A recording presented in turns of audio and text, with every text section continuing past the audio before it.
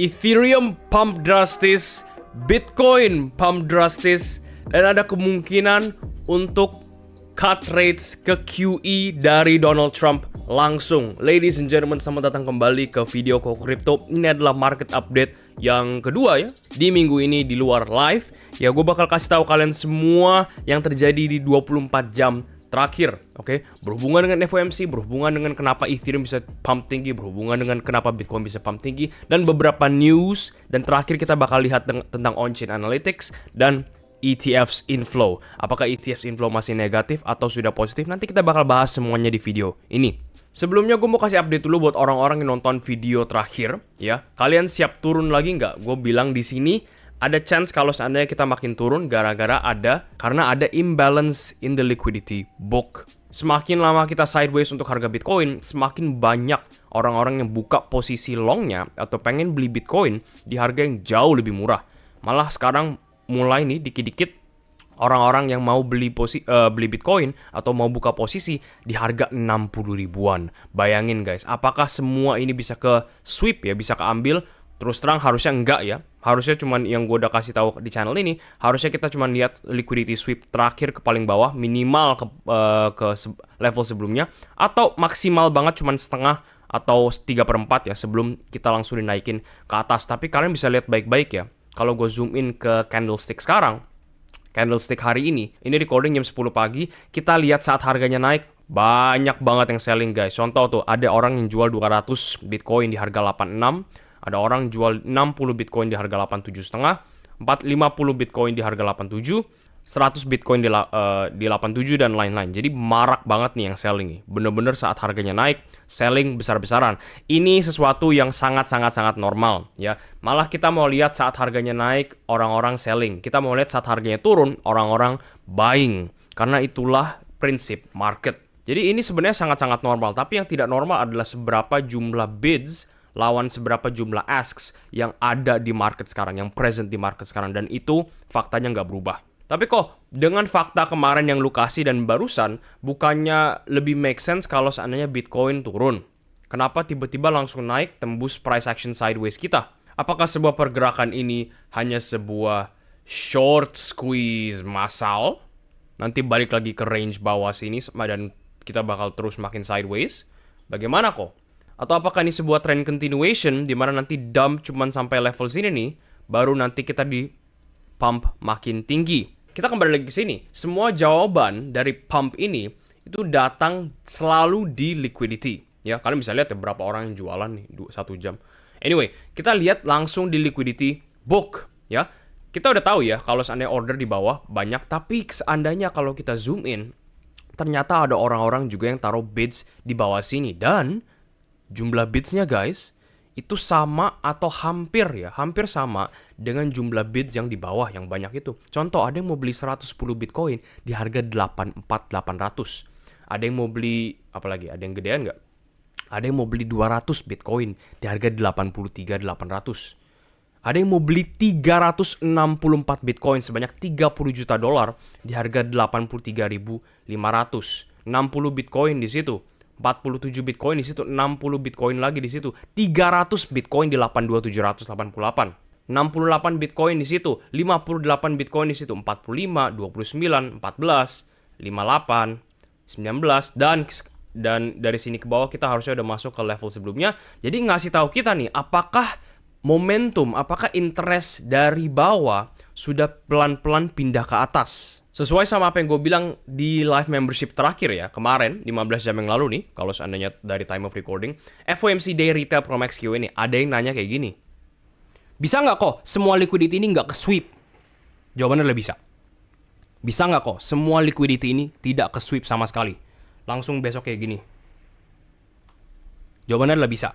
Tapi, ya, gue mau kasih 2 komen. Nomor 1, asal semua bids ini volumenya berkurang. Jadi misalkan bidsnya, misalkan kita totalin aja 3 triliun, ya gue nggak tahu berapa, tapi tiba-tiba langsung turun jadi 2 triliun saat harganya naik. Ya, saat harganya naik, jumlah bids clusternya mulai berkurang. Itu nomor 1. Dan nomor 2, orang-orang yang turun ini, bids clusternya dipindahin ke atas. Tiba-tiba kita lihat banyak banget bids cluster kayak gini. Kayak misalkan kita lihat di sini. Tuh kayak gitu tuh. Gue zoomin lagi ya. Di sini nih penuh warnanya, ya. Di sini juga nih penuh warna. Kita zoomin ke 2 jam deh. Tuh penuh warnanya ya, penuh. Sama di sini. Saat harganya turun, orang-orang pada beli. Tiba-tiba langsung naik ke atas. Ya, jangan salah, orang-orang juga ada yang mau beli di sini loh. Tuh, ada yang mau beli di swing low sebelumnya, ya, local low sebelumnya, dan lower. Ya, tapi ini bisa aja nggak keambil semua selama asks order ini semua ini nge-engulfing bids orders. Ya, bisa aja smart money salah, ya, dan harganya langsung naik. Dan tapi yang gue mau lihat adalah mereka taruh bids di harga yang lebih tinggi.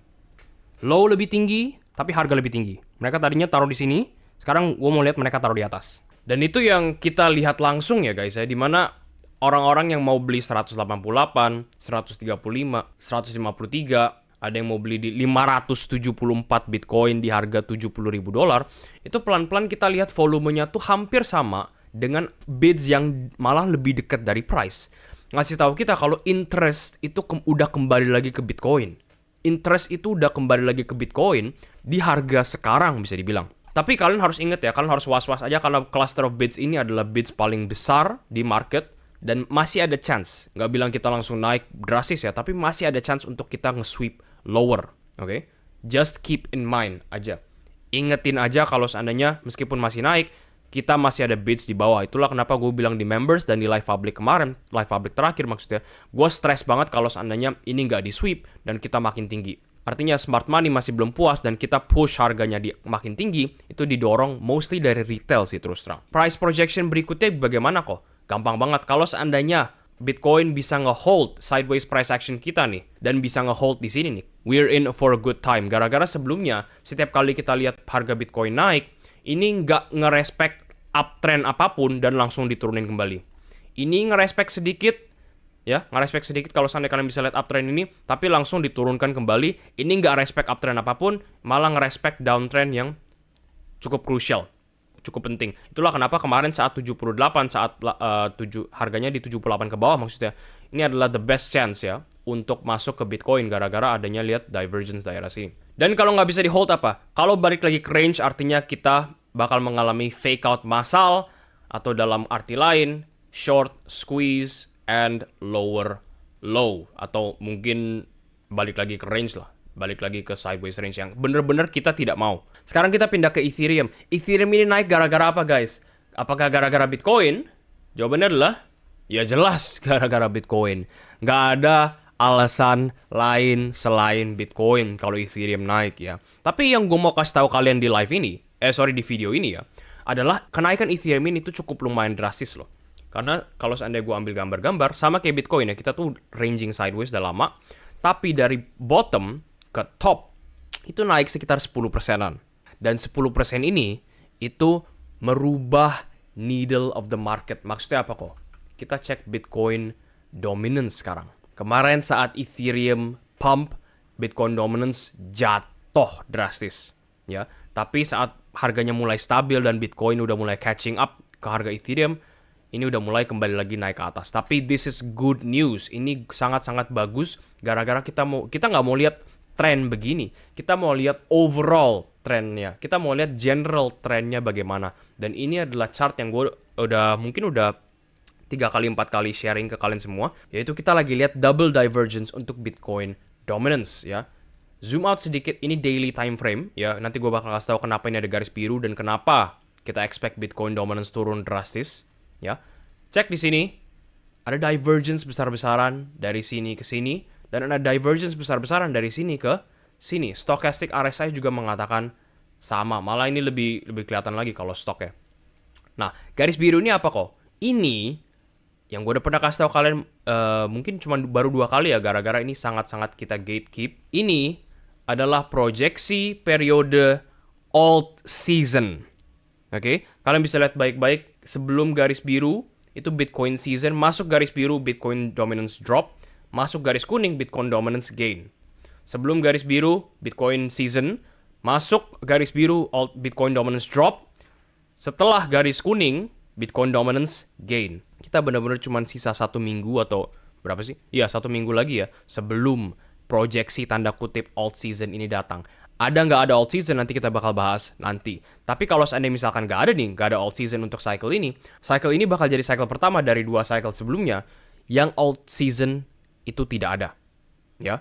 Dan probabilitasnya, chancesnya, peluangnya adalah lebih tinggi ada alt season atau nggak ada alt season. Kalian bisa kasih tahu gue di komen. Perkembangan dari Trump sekarang ya. Trump baru nge-tweet kalau the Fed would be much pakai kapital better off cutting rates pakai kapital as US tariffs starts to transition ease. Oke, udah dapat nih guys. Udah dapat kata kunci, udah dapat signal dari Trump guys kalau easing bakal terjadi mungkin. Their way into the economy, do the right thing. April 2 April ya, is Liberation Day in America. Menarik banget guys.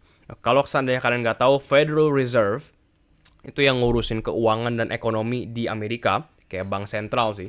Dan Trump, ya presiden Amerika, itu sekarang lagi nggak suka nih, lagi selek, ya, dimana Trump mau nurunin rates, tapi Federal Reserve meskipun datanya bagus, nggak mau nurunin rates, ya. CPI makin turun, PPI makin turun, dan semuanya ngasih tahu Federal Reserve itu suruh turunin rates biar better off, ya benar ya, kata dia better off untuk semuanya. Tapi Federal Reserve dan Jerome Powell nggak mau nurunin rates, ya. Kita transisi ke hasil FOMC terakhir, yaitu ini. Sekarang kita masuk ke news guys dari Ash Crypto. Breaking news, the Federal Reserve masih nggak mau nurunin rates, tapi hasil diskusi mereka adalah QT bakal dipotong setengah. Ya, ini sesuatu yang sangat-sangat bullish. Gua ulangin sekali lagi, mereka masih nggak mau nurunin rates. Tapi setidaknya mereka acknowledge kalau QE itu bakal semakin dekat. Ya, QE itu apa? Printing duit. Rates diturunin drastis, rate cut drastis. Biasanya itu terjadi di QE. Dan setidaknya kita nggak dapat rate cut, kita dapat advance ke QE meskipun sangat pelan-pelan. Sepelan apa kok? Gua udah nggak sabar untuk masuk ke Bitcoin. Sepelan FOMC meeting cuma terjadi 1 kali sebulan. Jadi turunin ekspektasi kalian kalau seandainya kalian mau lihat QE. Ini ada breaking news officially guys.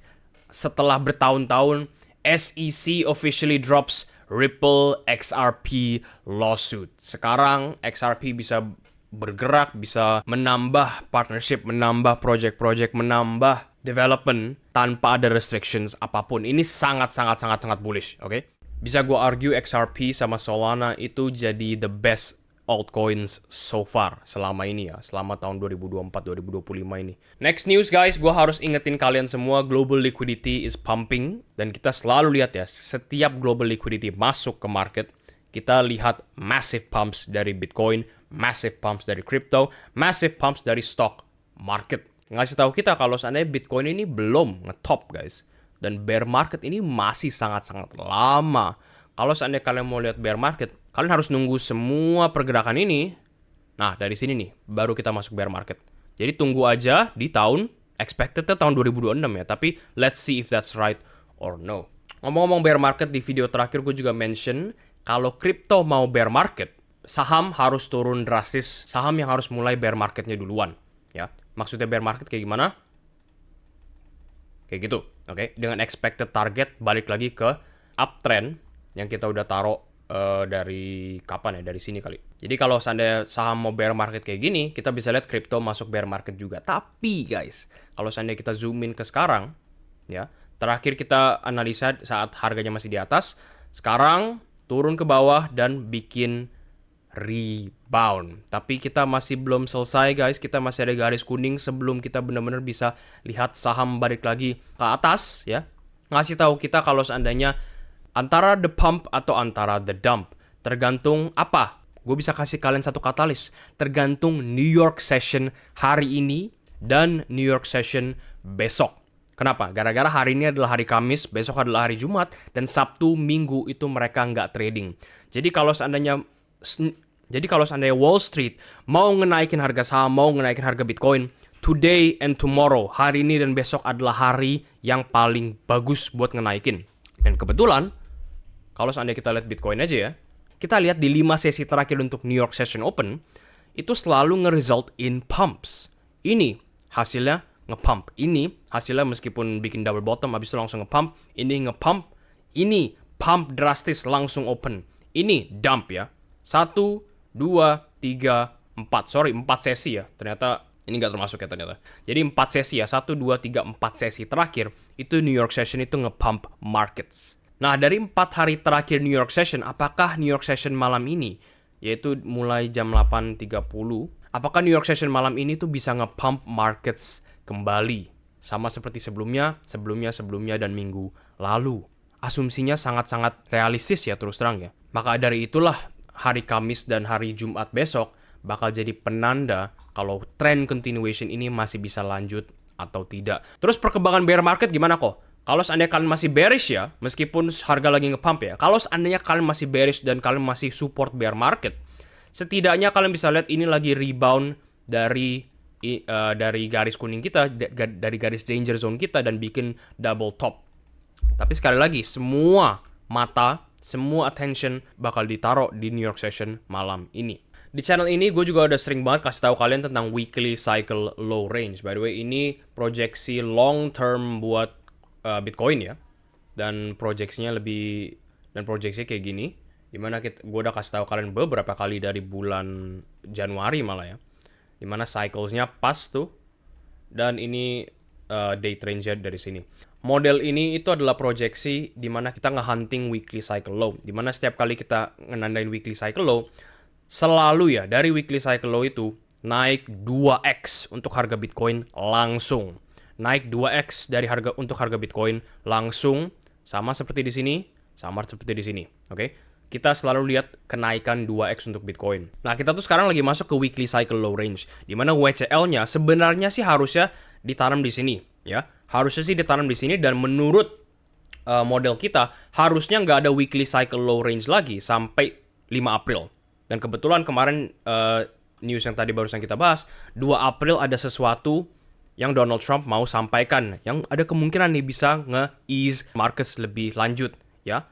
Atau dalam arti kata paling gampang, tanggal 2 April bakal nge-pump tinggi. Di channel ini tuh kita lihat markets tuh bener-bener dari lensa yang objektif, dari perspektif pandangan objektif. Contohnya pakai liquidity, interest zone, technical analysis, dan lain-lain. Tapi dalam konteks ini ya, dalam konteks weekly cycle low, karena kita juga udah mau selesai range-nya, bener-bener tinggal 2 mingguan lagi ya. 2 minggu plus minus dikit sampai awal April sih jujur ya. Cuman awal April doang. Dan range kita udah dikonfirm.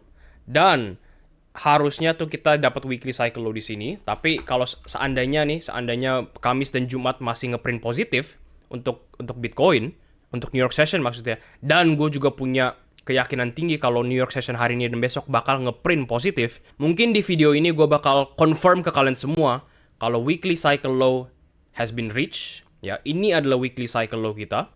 Weekly cycle low has been reached. Ya, asal 2 hal yang terjadi, Kamis Jumat nggak ngeprint hijau, dan minggu depan nggak ngeprint hijau sama sekali. Kalau ngeprint ranging nggak apa-apa.